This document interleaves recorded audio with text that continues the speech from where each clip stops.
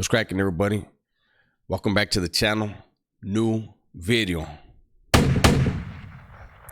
It's Saturday morning. And I know on Saturday mornings, everybody's sleeping in. The videos don't always get the most views on Saturday. It's hit and miss. And this video isn't going to be one of those that normally would get big views.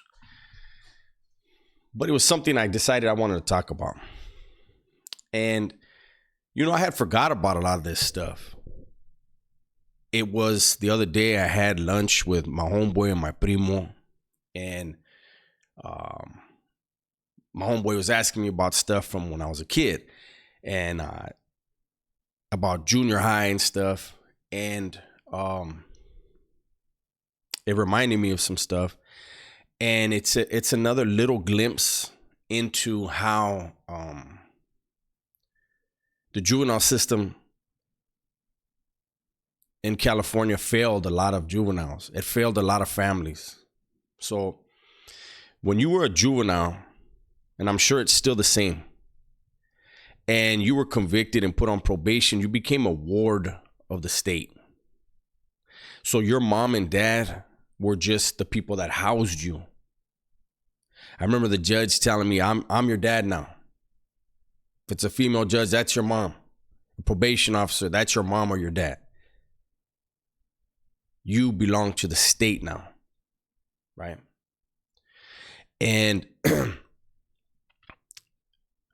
when I was in 8th grade, when 8th grade started, La Cumbra Junior High, we got a brand new principal. Dr. Del Bello had been the principal of our junior high for like 30-something years, 40 years, I don't know what it was, but a very long time. That man, as much of a fuck up as I was, that man never, he would just say, good morning, keep pushing. The vice principal was the one that handled all the business, right? But Dr. Del Bello never had nothing bad to say to nobody. He just went to work and left.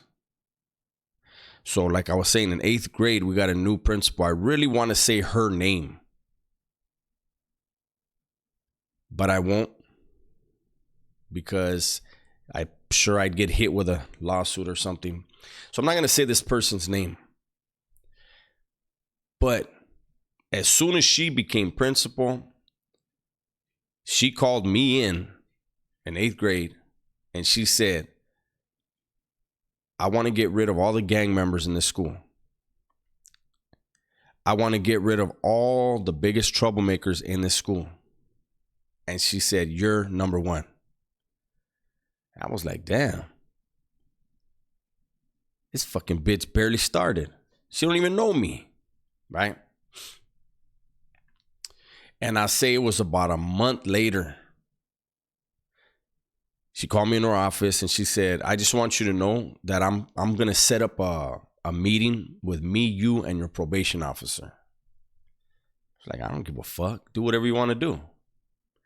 So the next day I go in. My probation officer goes in with me. And she asks the probation officer, can you send him to the Villa? The Villa was Villa Esperanza. It was the probation school in Santa Barbara, right?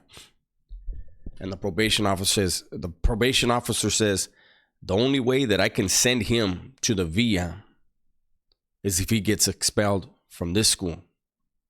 She said, well, then I'm expelling him. And he goes, you're expelling him? And she goes, yeah, he's expelled. He's no longer a student here. And he goes, all right, he's going to the Villa. And me and my homeboy were talking about it the other day.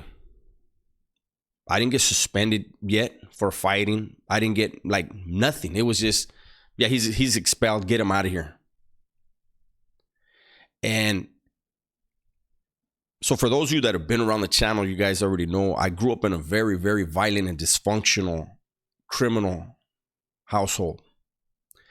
And at a very, very young age, I developed a hatred towards all authority figures, right? A mistrust and a hatred. And here's just more reinforcement on why I should hate all authority figures. This chick didn't know me from shit. She had been at that school for 2 months, but already had her mind made up when she first got there that I was the problem at her school. And so she sent me to the VIA.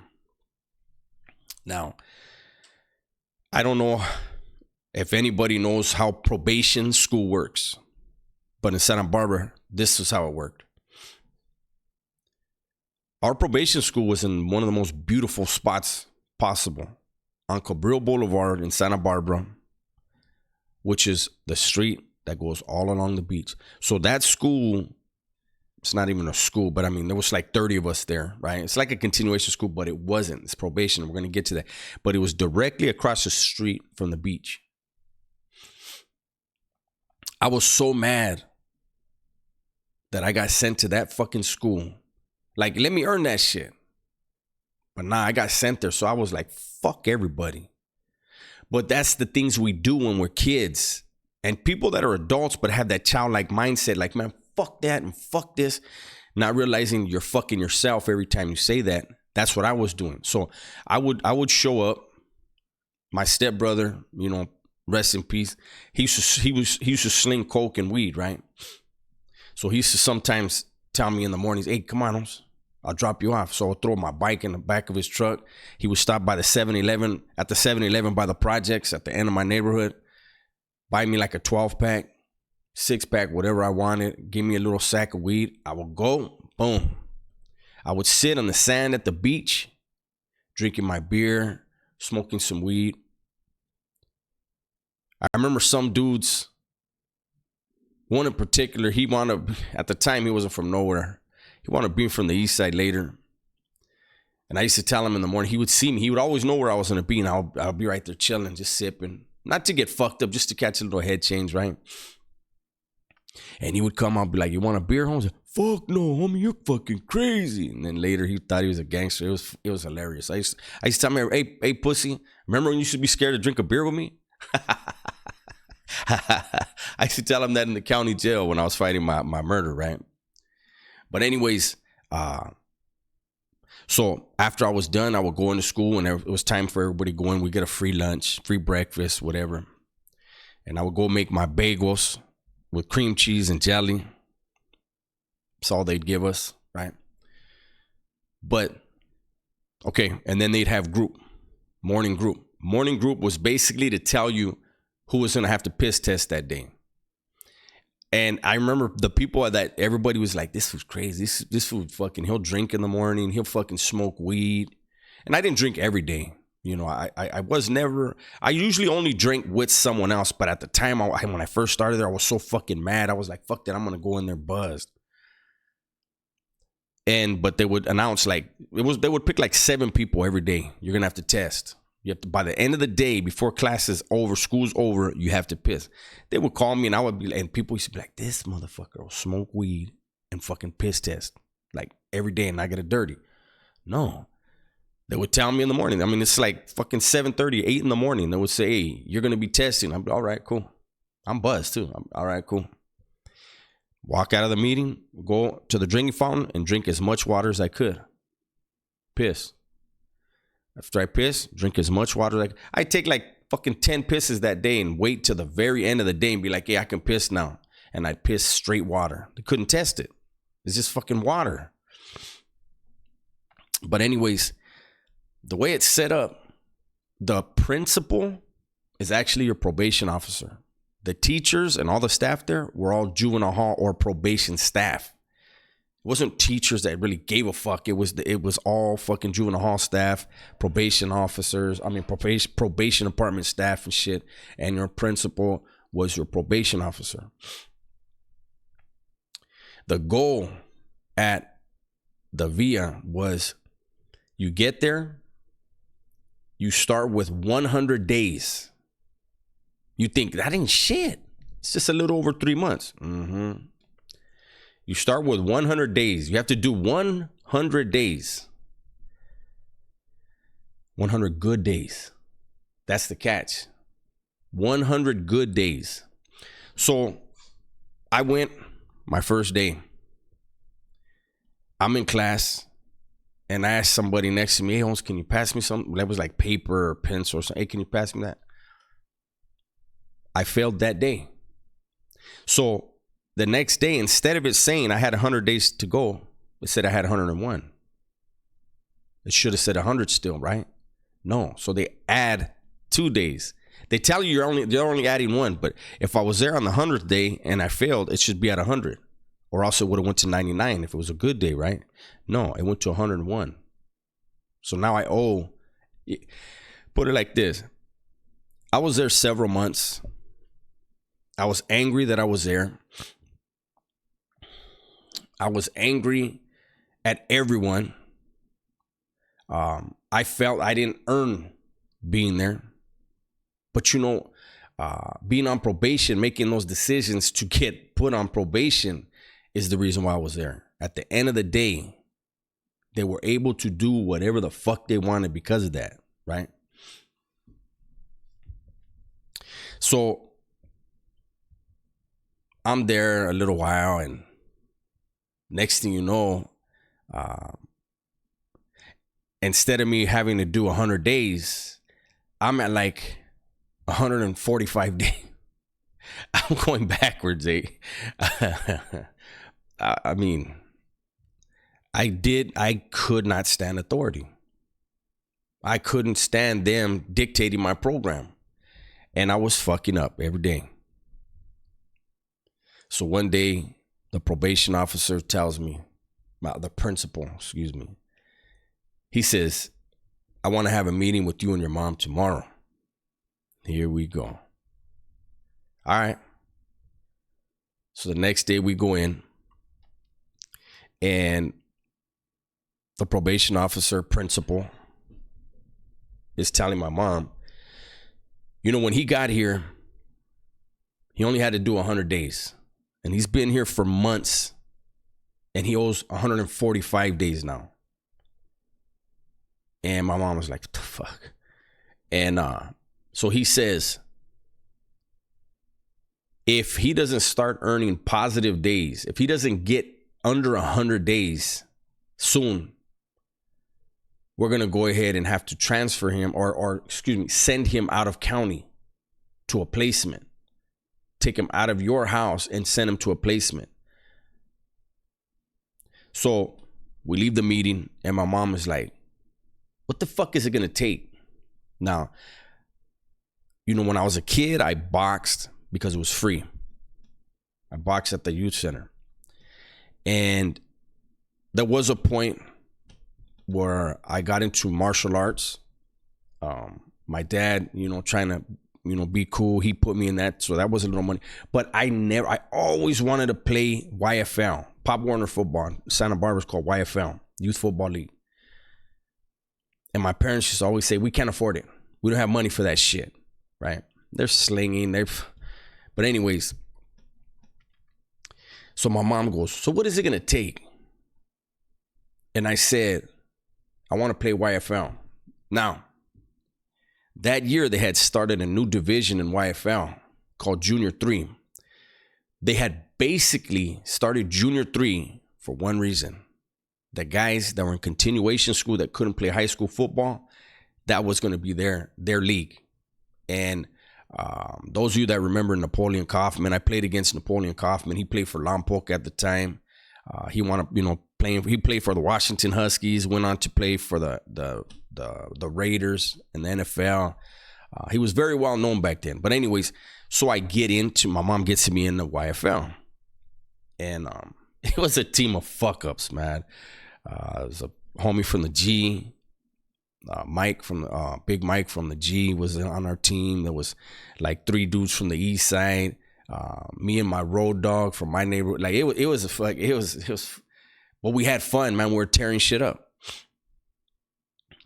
So one day,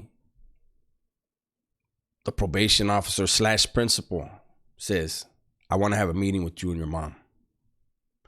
I'm doing good at school, right? I'm enjoying playing football. I'm doing really good. And so I'm like, cool, fuck, finally something good, probably. So the next day, me and my mom show up. So remember, I was at 145 days. Now, I was at 85 days. We go to the meeting. The principal tells my mom, well, we tried. We decided we're going to go ahead and send your son out of county to Riverside County and put him in a placement there for 6 months. What the fuck? My mom was like, wait a minute. You said if he started doing good, that you would leave him alone. If he kept fucking up, you were going to fucking send him somewhere else. He's doing good. He did exactly what you wanted. And you're sending him somewhere else? Yep. It's already been decided. He's going to the Eureka home in Paris, California. There I go. Once again, I'm like, man, fuck these motherfuckers, man.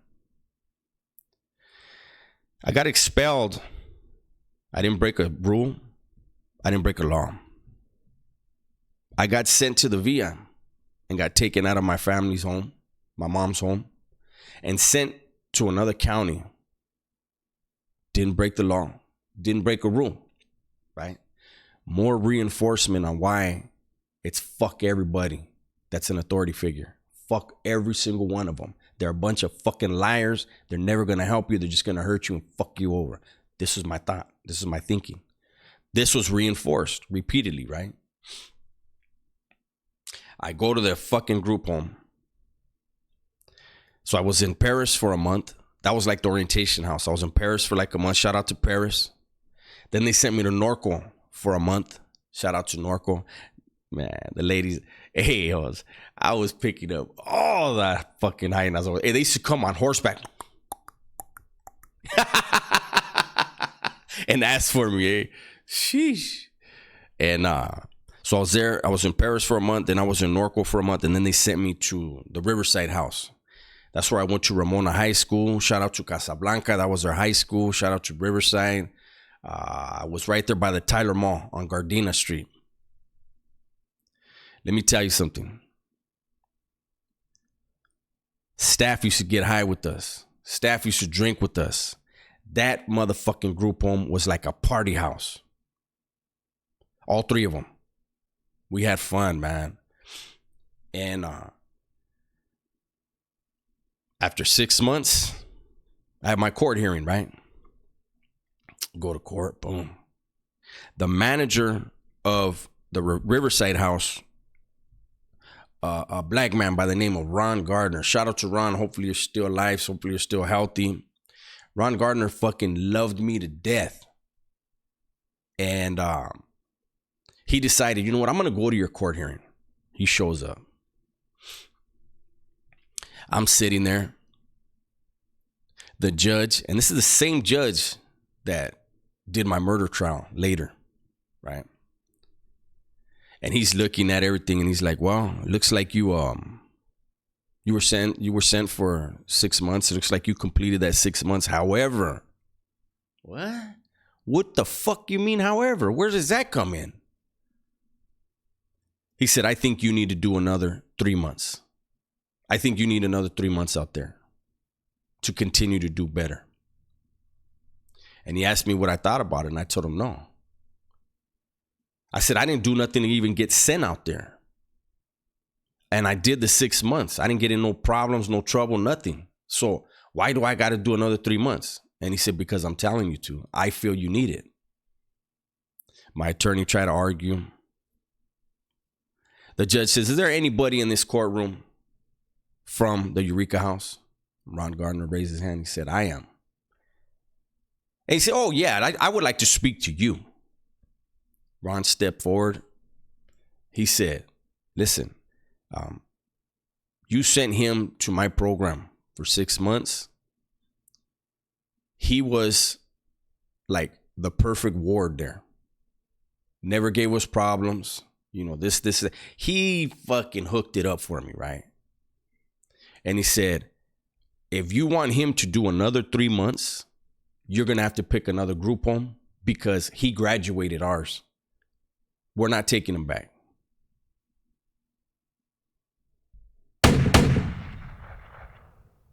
Let me tell you something. That was not what the judge wanted to hear. That judge was so fucking hot. He said, okay.